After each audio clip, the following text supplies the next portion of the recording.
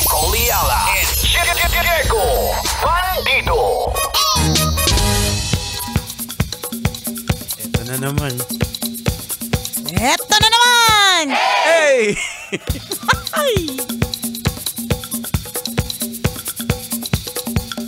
Hey!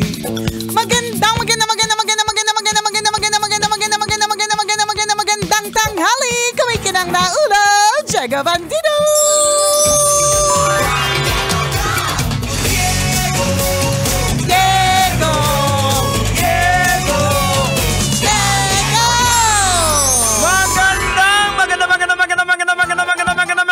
Magandang tanghali! Kumikinang ina! Nicole Ayala!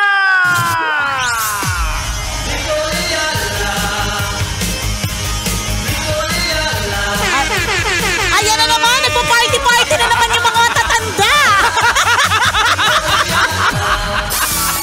Uulitin namin ang sasabihin namin at sinasabi namin lagi, tatanda ka rin! Yan! Actually, alam mo, ang dami ng like for example, nagulat ako na, paano yung gulat ni Cole? Oh!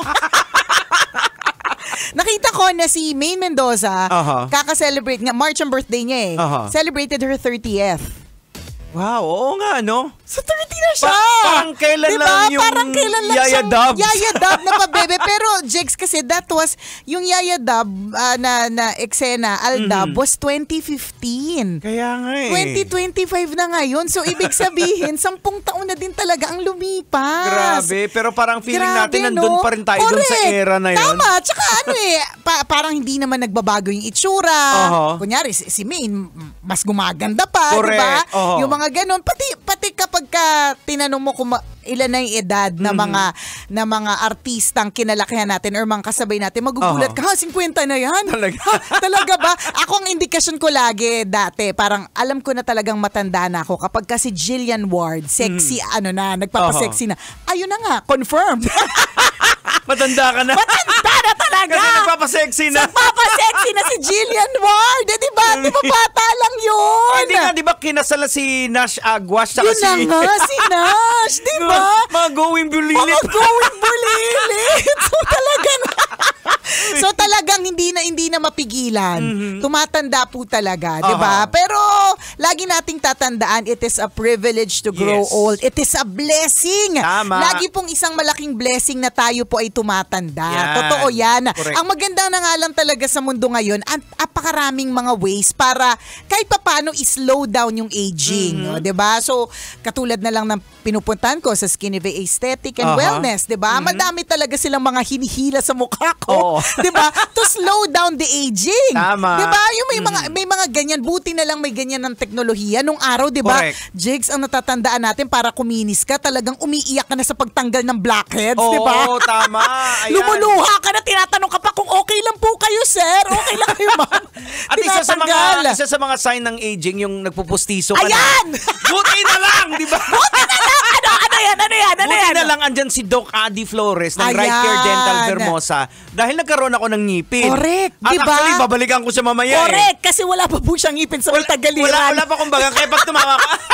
Alam mo, hindi yata si Diego Bandido ang kausap ko. Tanghenyo, ikaw ba yan? Sandali lang, Nicole Ayala, nahirapan ako kasi gumagalaw ang postiso. Uy, di ba? Pero alam mo yan din yung, buti na lang may ganyan teknolohiya. Yes, Sa totoo lang. Pero kasi di ba, hindi, ano ba ikakabit sa postiso? Or Hindi, ano? yung bagang ko, wala na akong bagang. Wala ka ng baga. na Wala ka akong ng ngipin sa bagang. May bagang ka ba? Pero wala ka ng ngipin sa bagang. Yan, so 3D print uli. So, piniprint pa yung ngipin ko. Ang mamaya galing kukunin ko. High-tech na yung world. Sobrang high-tech na. Sobrang high-tech na. Oo, diba? as in. So, ang ngipin ay pwede nang i-3D print. Oo. There are different types of treatment para kuminis, Yes. para mabanat ang mga mukha. Diba? May mga magugulat ka. Bakit parang hindi siya tumatanda? Oo. Alam na this, siyensya po yan. Ang sabi nga ng asawa ko, ipaayos mo na yung kasi yung yung lines ko andito na. Oo nga. Ang dami na ng lines mo. Pati nga sa... Pwede. Oo. Sabi niya, sige, try ko bumalik doon kay Doc Jade Cada oo, Santos. oo.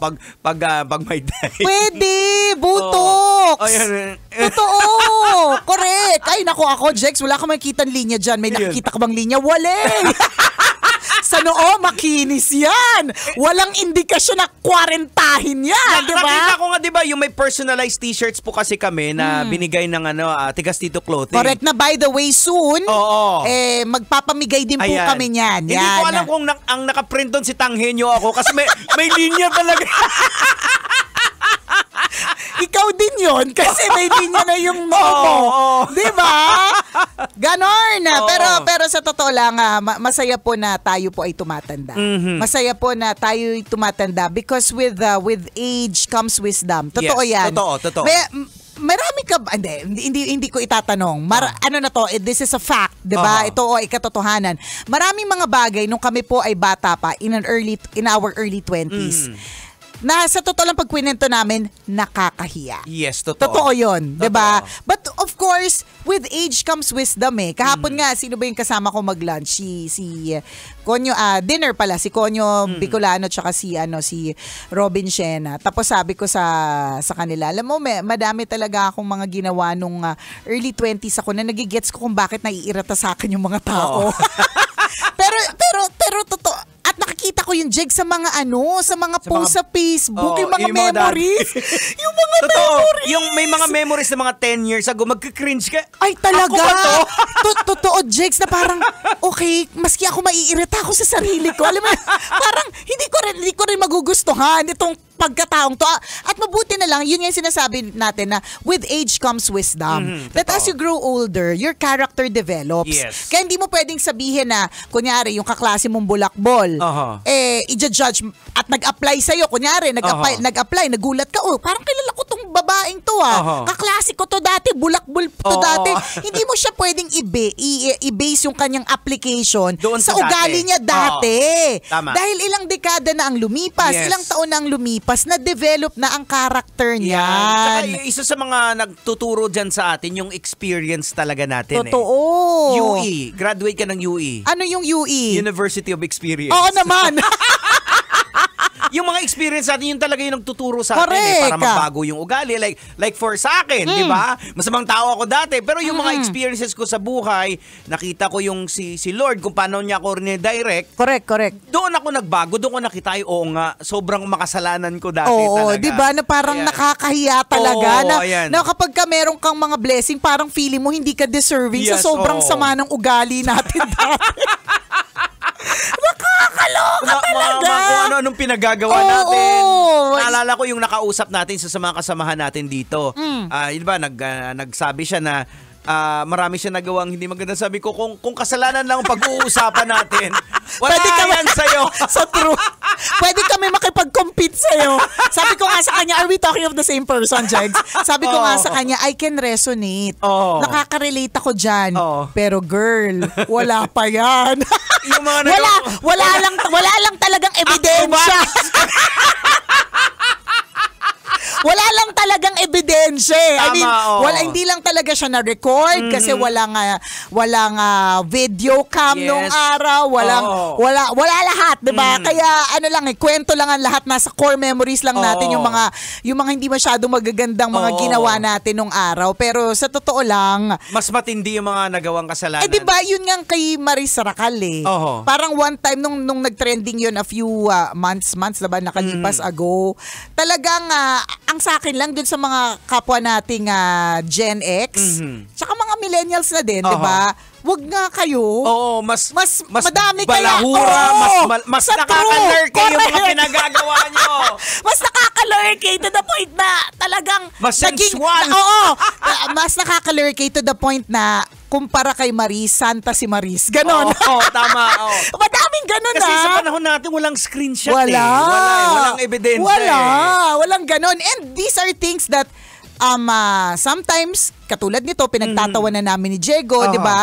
Pero kung halimbawa, hihimay-himayin mo yan, nakakahiya talaga. Ay naku, Pagka nag-iisip talaga ako, meron ako mga in mind lagi na mga nakakahiya. Alam mo, parang, Diyos ko po, hindi ako nag-iisip. Pero buti na lang, yun nga may tinatawag na with age comes wisdom. Yes. At dapat ganun na kapag tumatanda ka na, may kasama ng wisdom. Hindi yung tumatanda ka tapos ganun pa rin yung ugali mo, correct? Pasaway ka pa rin. Correct. Hindi ka pa rin natututo. And tandaan mo paulit-ulit na pwedeng mangyari sa'yo ang isang bagay na nega kapag ka hindi mo natututunan yung lesson. Oo. Totoo yun. Yan. Parang paikot-ikot ka lang, nag-spiral ka lang correct. din. Hindi ka mag-grow. Hindi. Kasi hindi ka natututo Kaya mangyayari sa iyo yan ulit. Diba? So sana dun sa mga kapwa nating kwarentahin, sana talaga masasabi ninyong na-develop na po ang inyong mga karakter. Ako I would say na ang laki na din talaga ng pinagbago pagdating sa karakter. Oo. Saka nag-iiba din yung yung mga priorities mo. Totoo. Makikita mo na medyo smart na yung decision correct. making. At saka kapag nakakarinig ka ng mga concerns ng mga mas bata sa'yo, may isip mo talaga sa utak mo Siyempre hindi mo naman sasabihin sa kanila na ang dali-dali lang yan. Ang dali-dali lang yan. Pero syempre, dahil nga mas bata sila, 'di ba? Hindi din talaga ito madali for them. Kasi nga, hindi pa ganun yung experience. Yung University of UE nga. Yan, hindi pa graduate. 'di ba? Ako din, graduate din ako ng UST. Ano? University of Scamming and Technology. Naku, hindi din naman dahil din sa pagsa-scam, 'di ba? Sa whatever reason of scamming, 'di ba? Hindi rin naman matututo. And ako I would say, tanungin mo ako, Diego. Ilang taon ako nung huli ako na-scam? Nicole Yala, ilang taong ka nung huli kang na-scam? 44. O, di ba? Di last year lang.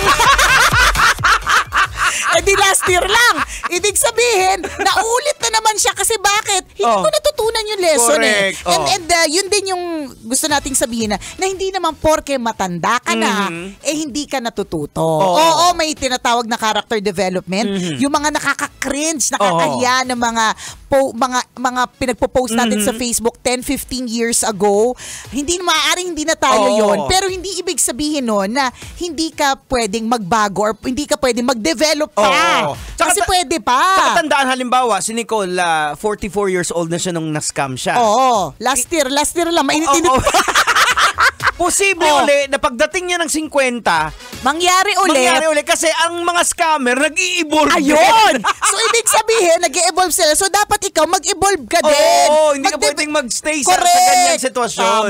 Tama. Dapat one step ahead. So, true. Diba? Yun naman din talaga. Ano ba yung mga dapat? Huwag kang basta-bastang nagtitiwala. Yan. Tingnan mo naman, Jigs, yung pinost ko kahapon. Nakita mo ba? Diba? Parang totoo yung AI. Nag-message nga dun yung asawa mo. Alam ko katawan mo, hindi ikaw yan. Sabi niya, alam kong AI kasi memorize ko yung katawan ko. May puson ka at may kamot. At hindi ganyan yung dede mong nakatayo pa. Nakakaloka, pero diba, sobrang, yun nga, nag-uusap nga kami ng mga friends ko na, grabe no, sky's the limit na rin pagdating sa AI. Pwede ka nang makapang-loko talaga Yes. Or, hindi naman gagamitin sa panloloko, pero pwede mag-level up yung negosyo mo. Diba? Totoo, pwede mag-level up yung business mo nang dahil sa mga AI. Pwede nga din panira ng relasyon. Pwede din, diba? kasi video na siya. Yung picture lang na magkatabi, di ba biglang naghahalik? Nagkikiss. Tapos nag-uusap. Isipin mo picture, kung di nyo pa nakikita yung mga ganyan, isipin nyo picture mo nung bata ka. Kunyari yung magulo, yung nanay mo, may childhood photo ka with your mom. At yung mommy mo, kunwari, ay namatay at an early age. Mapapagalaw yun na parang nagyakap kayo Yun yung mga masasabi kong parang medyo helpful. Eto, nakita mo ba yung dumaan din sa iyo, yung dalawang madre nag-aaway? Ay, hindi ko nakita. Lumilipad sila sa ereo. Nung nakita ko lumilipad sa ere, baka nga AI. Naglalaban. Diba? Pero alam mo, yun na din sobrang advanced na ng world. Hindi na, parang feeling ko hindi rin imposible na isang araw, pag nag-aaway, lumilipad na. Hindi na, diba? Totoo. Kasi tingnan mo naman, meron sa US na mga app na mga sasakyan na driverless. Wala nang driver. Wala nang driver. Isipin mo, susunduin ka, walang driver. Ano pa man yung mangyari, wala ka masusumbungan, diba? So, and years ago, hindi yun posible. Tsaka napapanood lang natin to sa pelikula Totoo. dati. Pero ito na nagkakatotoo. Correct. Meron na talaga may nakakapunta na sa moon. Isipin mo dati yung mga, meron sila grupo ng mga mayayaman. Oo, yung parang may trip sa space. Oo, may trip sa space. Kalain mo yun.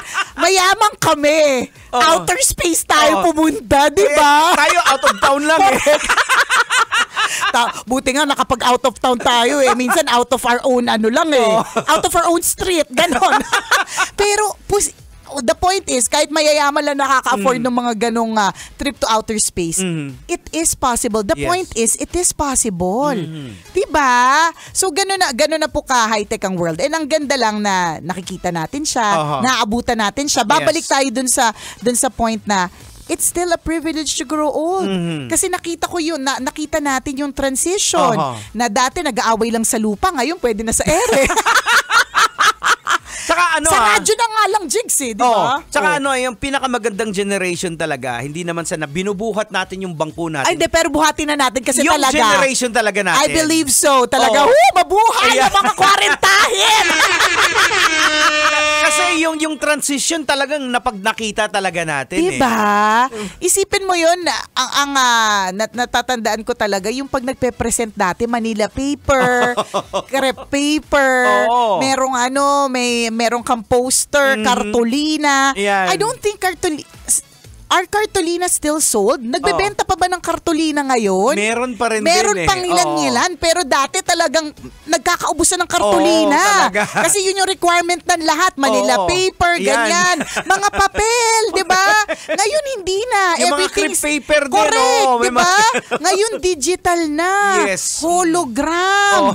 Diba? Pag nag-present ka dati talaga, yung isusulat mo, ipipentel pen mo sa Manila paper. Correct, di ba? Pag nagkamali ka, ulit ka na naman, di ba? Natatandaan ko nun, Manila paper, parang kailangan mo siyang i-fold ng marami para correct, di ba? Alam na alam. yung mga nag-fold ng Manila paper, alam na this, may gout ka na!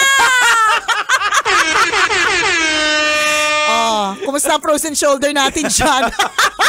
Sipin mo yun, fold ng Manila paper para tama yung margin, para hindi bumababa yung sulat. Para hindi going to hell yung sulat, para dire-diretso yung sulat. Diba? Tapos ngayon, magugulat ka, walang mga libro yung mga bata. Dati, feeling ko kung bakit ako medyo hindi pantay yung balikat bukod sa frozen shoulder talaga, Jegs. Sa palagay ko dahil sa dami ng librong binibit-bit ko nung araw. Diba? Kailangan dihila yung mga libro kasi apakarami. Ngayon, bata, wala. Wala! Magugulat ako sa anak ko, parang ang laman ng niya, isang libro. So, yun lang yung may libro. May iPad, ganyan. Tapos, ang dami makuha ng mga bagay-bagay, di ba? Na parang feeling ko hindi related to studying. Pero magugulat ka sa kanila. Hindi naman to nag-aaral, pero nagulat ka paglabas ng card, ang tataas. Correct! Iba na talaga yung panahon. Iba na talaga. Kaya siguro dapat kung ikaw ay matanda tapos hanggang ngayon hindi ka maka-adjust sa panahon, adjust rin. Correct. Kailangan mo humabol sa anak mo. Kailangan mo humabol para maintindihan mo bakit sila ganyan magsalita. Bakit skibidi? Correct. Nila. Bakit Sigma? Kanina sabi sa akin ng anak ko what the Sigma? Oras natin, eto na naman, 12:39. Ay! Ako kumikinang naulo, Diego Bandido. At ako kumikinang ina mo, Nicole Yala. Kailangan pa bang i-memorize yan? Basic! Metro's number one. Metro's number